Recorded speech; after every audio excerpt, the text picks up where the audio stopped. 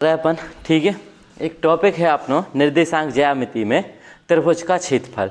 निर्देशांक ज्यामिति में अपन की लाजे निकाल रहे हैं कि त्रिभुज का क्षेत्रफल क्या होता है।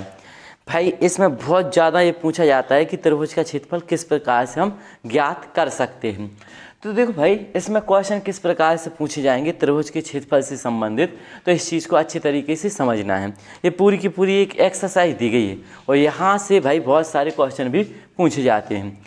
तो त्रिभुज के क्षेत्रफल से संबंधित हम समझेंगे निर्देशांक ज्यामिति में कि किस प्रकार से हम एक त्रिभुज का क्षेत्रफल ज्ञात कर सकते हैं। तो भाई कंडीशन समझने की कोशिश करना।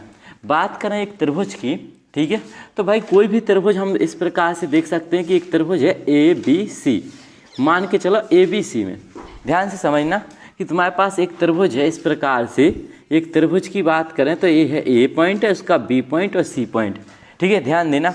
अगर बात करें बेटा ए की, तो ए के निर्देशांक दिए गए हैं भाई मेरे, ठीक है, ध्यान से समझो। यहाँ पे बात करें ए के निर्देशांक की, तो ए के निर्देशांक कुछ दिए गए हैं, बी के निर्देशांक भी हैं और सी के निर्देशांक। मतलब एक त्रिभुज के तीनों पॉइंट दिए गए हैं, ठीक है। मान के चलो इसके निर्देशांक है, मान के चलो 2,3 है, इसके निर्देशांक 1,2 है, इसके निर्देशांक 0,5 हैं। इस प्रकार से मान के चलो अपन इसके निर्देशांक जहाँ हमें पता है तो हमें इस त्रिभुज का क्षेत्रफल ज्ञात करना है कि इसका क्षेत्रफल यानी इसका एरिया कितना होगा। इस प्रकार से एक त्रिभुज का हमें क्षेत्रफल ज्ञात करके बताना होता है कि एक त्रिभुज है जैसे कि, ठीक है, इस त्रिभुज का क्षेत्रफल कितना हो सकता है, इसका क्षेत्रफल कितना आएगा और किस प्रकार से ज्ञात करना है, ठीक है। तो बिल्कुल आसान होता है। इसके लिए हमें एक फॉर्मूला ध्यान देना होगा कि किसी भी त्रिभुज का क्षेत्रफल, जैसे मान लो त्रिभुज ए बी सी की हमें बात करें, त्रिभुज ए बी सी में हम देख पा रहे हैं त्रिभुज इस प्रकार से जो भी त्रिभुज है हमारे पास, इसमें ए के निर्देशांक, ठीक है, सिंपल बात करें ए के निर्देशांक 2,3 दिए गए हैं और बी के निर्देशांक की बात करें 1,2 हैं और सी के निर्देशांक की बात करें 0,5, ठीक है। यहाँ पे फॉर्मूले की बात करें कि इस त्रिभुज का क्षेत्रफल कितना होगा, इस चीज़ को ध्यान देना है, ठीक है। तो समझने की कोशिश करें तो भाई त्रिभुज ए बी सी या कोई भी त्रिभुज है ए बी सी का क्षेत्रफल हमेशा क्षेत्रफल निकालने के लिए बोलेगा, ठीक है। तब हमें क्या करना है, देखो तो यहाँ पे एक फॉर्मूले का इस्तेमाल करेंगे 1/2, ठीक है। यहाँ पे आएगा अपना बड़ा पुस्तक, ठीक है। इस प्रकार से देखो ध्यान देना, याद तो 1 मिनट में हो जाए तुम्हें, ठीक है। x1, ठीक है, y2 माइनस के y3 इस प्रकार से और प्लस, ठीक है, यहाँ पे आएगा अपना x2, ठीक है, y3 माइनस के y1, ठीक है, पुस्तक इस प्रकार से यहाँ पे देखेंगे x3 y1 माइनस के, ठीक है, y2 पुस्तक बंद, ये हो गया अपना बड़ा पुस्तक बंद। इस प्रकार से तो ये अपन इस प्रकार से जो होता है त्रिभुज एबीसी का क्षेत्रफल। तो एबीसी का क्षेत्रफल किसी भी त्रिभुज का हमें क्षेत्रफल निकालना है जिसके निर्देशांक दिए गए हों, तो हम ये वाला फॉर्मूला इस्तेमाल करते हैं 1/2 x1 y2 माइनस के y3 plus x2 y3 minus के y1 प्लस, ठीक है, x3 y1 माइनस के y2, ठीक है। इसके निर्देशांक हमें जब दिए गए हों तो हम ये फॉर्मूला लगा करके त्रिभुज का क्षेत्रफल ज्ञात कर सकते हैं। देखो भाई याद इसको किस प्रकार से कर सकते हैं, याद रखने के लिए हम क्या करेंगे, यहाँ पे हम देख लेते हैं, यहाँ पे देख पा रहे हो, देखो पहला ये पूरा पद है, ठीक है। पहले पद में इस्तेमाल किया गया है अपना x1, ठीक है, यहाँ पे कितना आया x1। और दूसरे पद की बात करें, ठीक है, यहाँ पे x2 आया है और तीसरे पद की बात करें तो यहाँ पे x3 आया है। समझने की कोशिश करें ना, तो पहले में 1 फिर 2 और फिर 3 यानी x1 x2 x3। इसको याद करने की आवश्यकता है नहीं, ये तो पहले से भी वैसे भी याद रहेगा अपन के लिए कि पहले पद में कितना आया x1, दूसरे पद में x2 और तीसरे पद में x3। अब दिक्कत यहाँ पे ये है, ठीक है, कि पुस्तक वाली संख्या हम किस प्रकार से याद रख सकते हैं। तो इसके लिए सिंपल कुछ नहीं करना है तुम्हें, सीधा इसको देखेंगे, ये लिखा है 23, ठीक है, और यहाँ पे देखेंगे ये कितना लिखा है 31 और ये लिखा है 12। तो तुम्हें सीधा एक नंबर याद रखना है 23, 31, 12।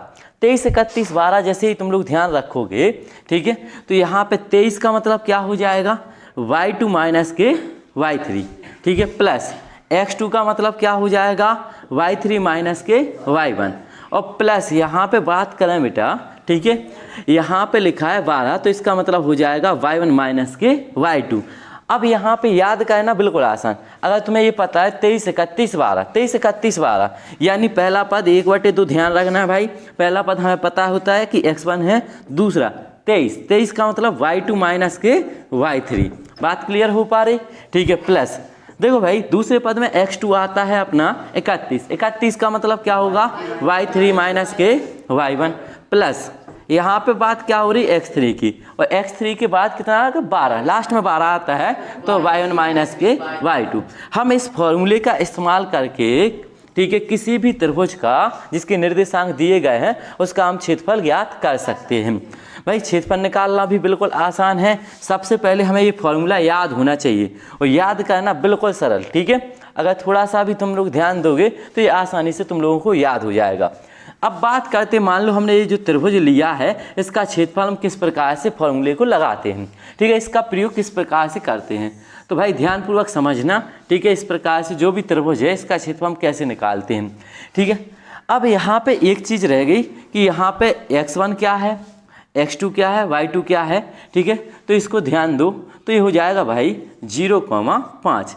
अगर फॉर्मूला तुम्हें याद हो गया तो पहले वाले पॉइंट के लिए अपन हमेशा x1 y1 मानेंगे और दूसरे वाले पॉइंट के लिए x2 y2 मानेंगे और तीसरे पॉइंट के लिए x3 और y3 मानेंगे। यहाँ पे ये समस्या दूर हो जाएगी अगर फॉर्मूला जैसे ही तुम्हें याद हो गया, ठीक है। तो अब तुम्हें पता है कि x1 की जगह कितना इस्तेमाल करना है, y1 की जगह कितना इस्तेमाल करना है, ठीक है। इसी प्रकार से x2 y2 x3 y3, यानी किसकी तरह हमें क्या मान रखना है, किसका कौन सा मान होगा। तो ये बात स्पष्ट हो गई कि हम इस फॉर्मूले का इस्तेमाल कर सकते हैं। अब देखो भाई इस त्रिभुज का क्षेत्रफल हम कैसे निकालते हैं। तो यहाँ पे जो त्रिभुज है हमारे पास, तो इस त्रिभुज में देखें कि त्रिभुज में a के निर्देशांक की बात करें तो ये दिए गए हैं 2,3। b की बात करें तो b के निर्देशांक की बात करें तो 1,2। c के निर्देशांक की बात करें तो 0, कितना है 5, मान के चलो इस प्रकार से। अब बेटा ये माइनस प्लस में भी हो सकते हैं, किसी भी प्रकार से हो सकते हैं। तो पहले वाले पॉइंट की लाजे x1 y1 मानते हैं, दूसरे वाले पॉइंट की लाजे x2 और y2 मानते हैं, तीसरे वाले पॉइंट की लाजे x3 और y3 मानते हैं, ठीक है, इस प्रकार से। अब बेटा हमें ये ध्यान देना है कि हम इस त्रिभुज का क्षेत्रफल कैसे निकालेंगे।